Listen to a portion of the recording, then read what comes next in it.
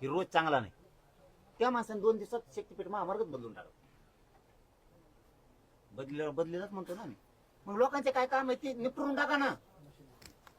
माझ्या कारण राजकारणात तुम्ही करत नाहीये. तुम्ही काय केलंय, त्यांचं काहीतरी ऐकायचं आणि मराठीवर चेतायचं.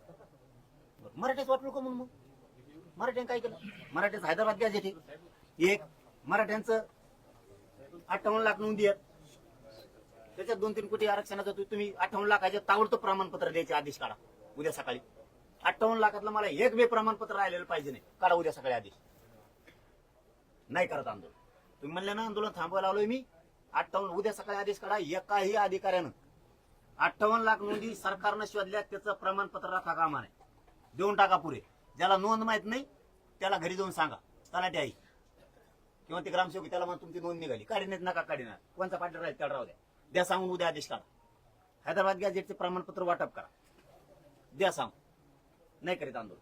17 संस्थांचा उद्या सकाळी जी आर काढा, कॅबिनेट बोलावा उद्या, घ्या काढू.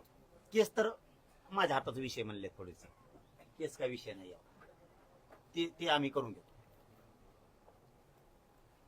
सारथीचं सगळं पैसे राहिले ते घेऊन टाका. राहिलेच काय, चला मराठा खुश. बरं, आता गॅजेट मान्य सरकारला, सरकारी दस्तऐवज, मग जी आर काढायला अडचण काय? सरकारी दस्तऐवज सरकारी काढायला काय अडचण?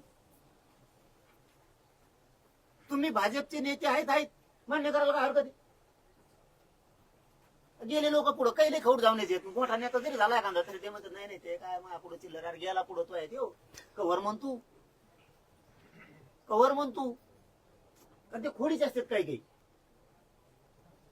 एखादा पुढे बी गेला त्याच्या हाताने असतं का? आता त्याच्या हाताने का मी तू संपला ना एड गांडीच्या ते गेला ना पुढं तो आहे. तसं हे तुम्हाला मान्य आहे ना? मान्य करा भाजपच्या नेता हाय.